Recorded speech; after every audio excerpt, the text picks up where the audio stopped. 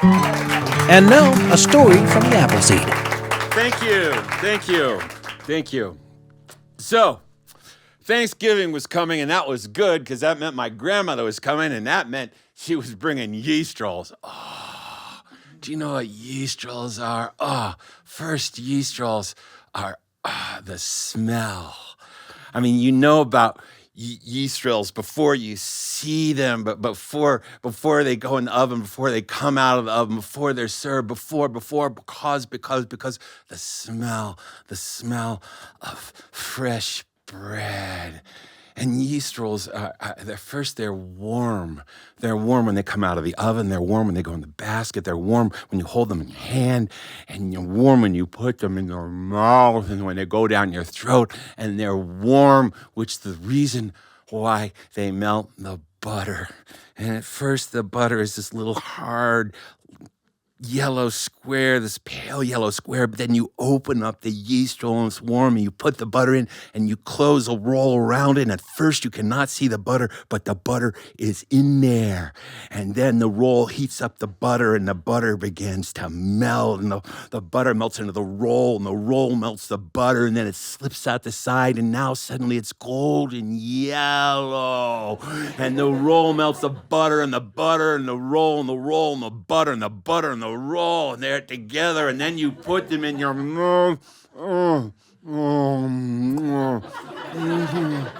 And your mouth is happy, and your throat is happy, and your stomach is happy. And Thanksgiving was coming, and my grandmother was coming, and the yeast rolls, and the turkey was great, and the stuffing was great, and the mashed potatoes were great, and even the green beans were great, and the gravy was great, but not the succotash, because it had lima beans in it.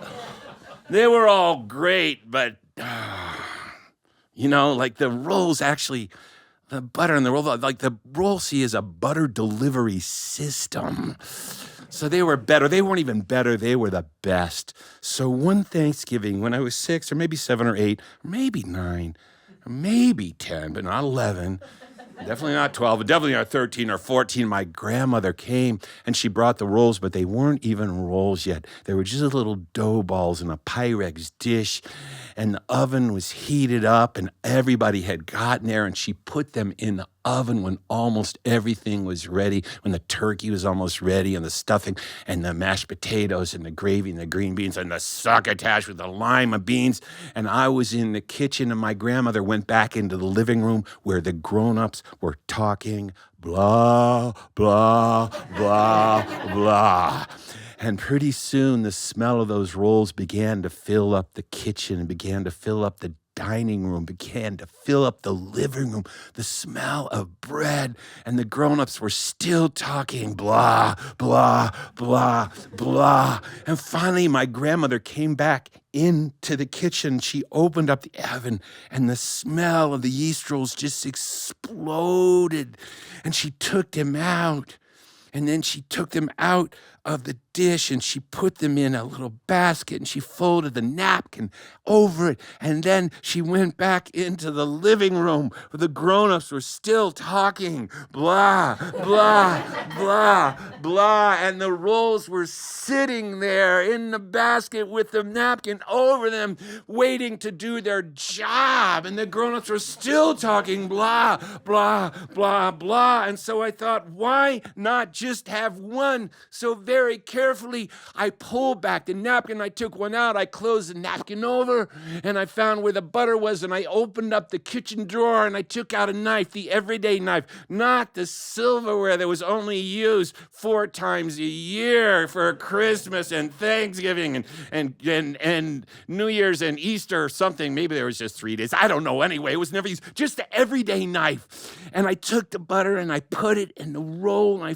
folded the roll over it, and I couldn't see the butter, but the roll was warm, and then I saw the butter sneak out the side. The roll was warm, the butter melted, and I was putting it in my mouth. Oh, and my mouth was happy, and my throat was happy, and my stomach was happy, and I was as happy as could be, and the grown-ups were still talking, blah, blah, blah, blah. And there were the rolls waiting to be used. This was their moment because yeast rolls are about the present. They are about the moment. And I thought to myself, why not be happier? So I pulled back the napkin, and I took another one, and I took the butter, and I put it in, and I melted, and I put it in my mouth. My mouth was happy, and my throat was happy, and my stomach was happy, and the grown-ups were still talking, blah, blah, blah, blah. And I thought, is it possible to be happier? And I said, why not find out?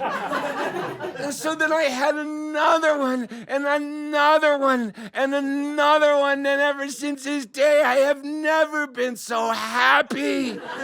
So many yeast rolls. And then I heard my mother said, it's time to eat. And so I folded the napkin back over the basket, and it looked absolutely perfect.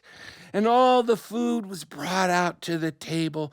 We sat and we gave thanks. And I gave special thanks because I was so happy about what had just happened to me. And then I watched as the plates came around the table, all the grown-ups distributing the food, my father putting the turkey on the plate, and then the next adult putting on the mashed potatoes, next putting on the stuffing, and then on the gravy. Then they put the green beans. I said no, and they put on the succotash with the lima beans, and the plate came around, and it was placed in front of me, and I looked down at it, and my stomach said, I don't want that. And I said, it is for you. And it said, no, I've had enough. And I could tell it was saying that because it began to do somersaults and jumping jacks.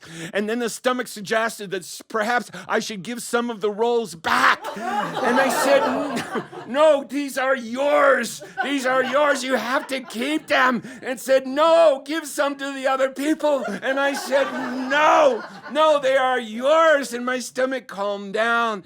And the meal began, and everything was fine until one of my dumb brothers reached for the basket and pulled back the napkin, and he said, where are all the yeast rolls? And my grandmother said, I put them in there. And then my other dumb brother said, where are the yeast rolls? And they opened up the napkin, and there was 2 left. And my mom said, where are the yeast rolls? And my father said, where are the yeast rolls? And my grandfather said, where are the yeast rolls? And they looked at me, and they knew where the yeast rolls had gone. And they stood up as one, and they said, you ate all the yeast rolls, except for perhaps my grandmother. My grandmother did not yell at me because she knew I loved her because I had eaten 14 of her yeast rolls.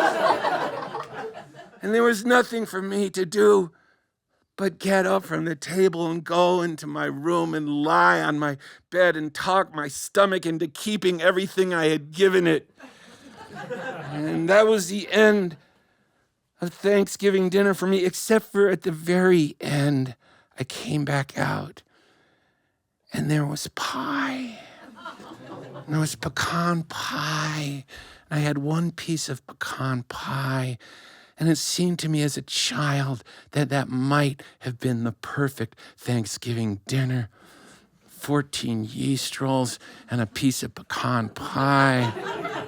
And I learned lessons from that.